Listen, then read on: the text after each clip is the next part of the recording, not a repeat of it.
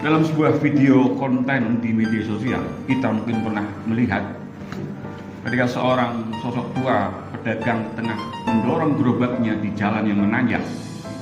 Dia kepayahan, keringatnya bercucuran. Lalu tiba-tiba datang dua anak muda yang sedang mengendarai motor. Dia parkir motornya di sembarang tempat. Dia bantu dorong si bapak ini. Tiba-tiba semua netizen dari berbagai penjuru dunia yang tak mengenalnya memberikan apresiasi dan menyatakan ternyata masih ada orang-orang baik di sekitar kita. Hadirin, ketika berbuat baik yang sederhana itu dianggap sebagai sebuah kemewahan, maka bisa dipastikan logikanya adalah berbalik, bahwa perbuatan-perbuatan baik yang sederhana itu kian langka dan kian jarang kita jumpai dalam kehidupan keseharian kita. Seperti halnya orang-orang berkecukupan yang menggelar tikar di bawah pohon makan beserta anak-anaknya dengan lahap lalu menyatakan ternyata kebahagiaan sangat sederhana. Ini juga menegaskan bahwa pada praktiknya ternyata untuk sederhana menjadi bahagia ternyata tidak mudah. Hadirin sidang Jumat yang dimuliakan Allah, salah satu hadis yang paling populer yang menjelaskan kenapa Rasulullah diutus ke bangsa Arab, kemudian risalahnya berlaku universal sepanjang waktu dan tempat, adalah hadis yang barangkali sebagai kita hafal. Innama bu'ithu liutammima makarimal akhlaq. Bahwa sesungguhnya aku Muhammad tidaklah diutus kecuali untuk menyempurnakan akhlak bagi manusia. Hadis ini relevan karena Rasulullah diturunkan di masyarakat Arab yang dikenal dengan jahil dan terbelakang. Bukan hanya karena secara peradaban ia diapit oleh dua peradaban besar saat itu, dari Persia dan Romawi. Lebih dari itu, sejarah juga mencatat bagaimana bobroknya moral elit masyarakat Quraisy saat itu. Sehingga Rasul Nabi senantiasa diturunkan Allah kepada masyarakat yang memang merusak kualitas integritas dan moralnya, sehingga harapannya dia akan memperbaiki lalu dia tumbuh menjadi masyarakat yang beradab. Maka Rasulullah selama kurang lebih 23 tahun berhasil menyulap Arab yang bodoh, terbelakang dan jahil ini kepada sebuah peradaban yang dicatatkan oleh sejarawan dunia sebagai salah satu sejarah peradaban paling gemilang. Di akhir hayatnya Rasulullah membacakan dan menandatangani Piagam Madinah yang oleh para ahli disebut sebagai masyarakat paling demokratis yang mendahului zamannya, 14 abad silam. Hadirin sidang Jumat yang dimuliakan Allah, itulah peradaban. Dalam bahasa Inggris ini diterjemahkan sebagai civilization. Masyarakatnya disebut sebagai masyarakat sipil. Apa itu peradaban? Apa itu civilization? Adalah ketika masyarakatnya tidak hidup secara barbar, tidak hidup selayaknya hukum rimba, tetapi orang-orangnya mengindahkan, taat, tunduk kepada aturan, kepada kaidah, kepada norma. Itulah masyarakat beradab. Maka tidak beradab sebuah entitas masyarakat, komunitas, bangsa yang ketika orang-orangnya, bahkan para elit dan pimpinannya tidak lagi mengindahkan norma yang telah disepakati bersama sebagai kebaikan kolektif. Bahkan ada salah satu hipotesis dalam ilmu sosial bahwa ketika 50 orang jahat berkumpul, katakanlah semuanya begal, perampok, pencuri, kemudian membentuk komunitas, apakah 50 orang ini akan bertahan sebagai komunitas masyarakat? Ahli sepakat dan menyebut bisa, asalkan diikat dengan aturan, sehingga para mafia ini bisa saling berinteraksi dan hidup dalam organisasi dengan aturan main, yakni aturan. Bayangkan, orang-orang yang kita anggap jahat mampu hidup bersama karena ketaatan pada aturan. Belajarlah pada dunia mafia yang sangat taat pada kode etik mafianya. Sementara kita yang menyebut dirinya masyarakat yang beradab, bahkan aturan yang sudah ada seringkali disiasati. Hadirin sedang Jumat yang dimuliakan Allah, dulu orang-orang hidup selayaknya manusia di hutan, yang bahkan jangankan aturan, tak mengenal pakaian. Mereka hidup dalam ketelanjangan. Ketika mereka memiliki kecondongan seksual, mereka akan langsung melampiaskannya. Lalu muncullah aturan, muncullah pakaian, sehingga mengatur itu semua supaya manusia beradab.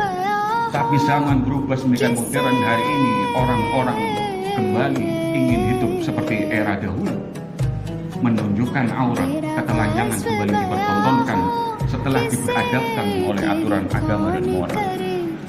Dunia dibolak-balik zaman kata Joyobaya, dan hari ini kita mengalami itu semua.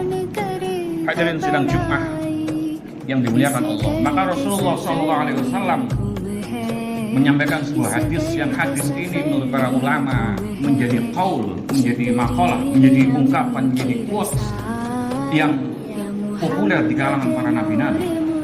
Hadis itu berbunyi, idza lam tastahyi fasna' ma syi'ta.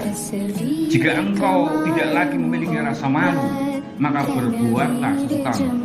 Hadis riwayat Bukhari. Malu menurut para ahli adalah ambang batas terakhir dari kebaikan seseorang. Ketika aturan formil hukum positif tak lagi mampu untuk mendisiplinkannya, maka minimal ia bisa didisiplinkan oleh rasa malunya. Tapi coba tengoklah hari ini, para elit bangsa ini yang sudah tahu mereka melakukan kesalahannya disoroti publik ribuan dan bahkan jutaan orang, mereka masih berupaya mensiasati agar kepentingannya tetap jalan. Rasa malu telah ditanggalkan. Maka para ulama menyatakan, tunggulah kehancurannya ketika masyarakat, terutama para tokoh elitnya, tak lagi memperdulikan rasa malu.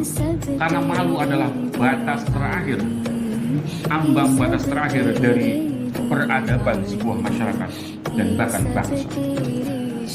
Hadirin sidang Jumat yang dimuliakan Allah, maka Rasulullah SAW juga diutus sebagaimana dijelaskan oleh Allah dalam Al-Ahzab ayat 21. A'udzubillahi minasyaitonir rajim.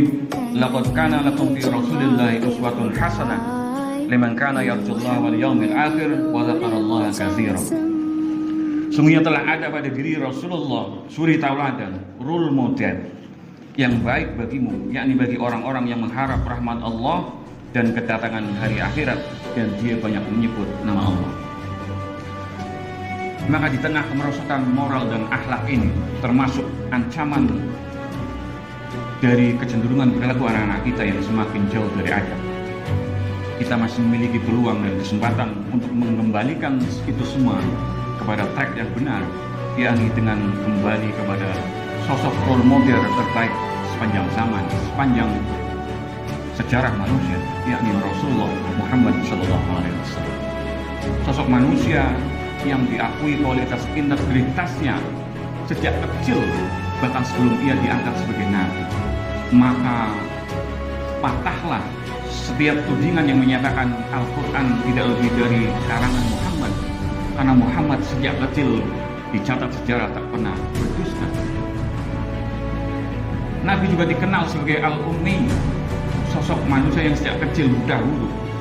Maka belajar dari sejarah masyarakat Arab, hari ini kita layak menengok kembali bahwa saat para pimpinan-pimpinan kita di atas sana, elit-elit bangsa tak lagi memiliki rasa malu, kita mengalami krisis keteladanan yang parah ketika orang korupsi bicara tentang penegakan korupsi di depan televisi, ketika orang-orang yang menjadikan anggaran kesejahteraan sosial sebagai bancakan partai berbicara tentang pengentasan kemiskinan, ketika orang-orang bicara tentang kewarasan, tentang akal sehat, tentang transformasi diri manusia di tengah kebiasaannya yang sering mengumbar minuman keras, maka hari ini sungguh kita mengalami krisis keteladanan yang amat parah.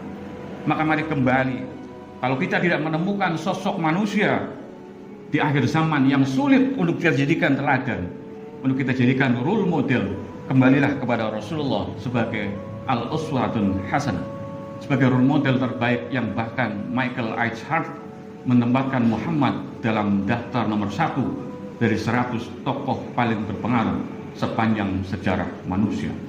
Mudah-mudahan kita dan anak-anak kita masih diberi kesempatan untuk memperbarui kualitas keadaban kita, ketaatan kita kepada aturan, ketaatan kita kepada norma kemasyarakatan, atau minimal ketika aturan main tidak mampu mendisiplinkan kita, atau Rasulullah, minimal kita masih diikat dengan rasa malu.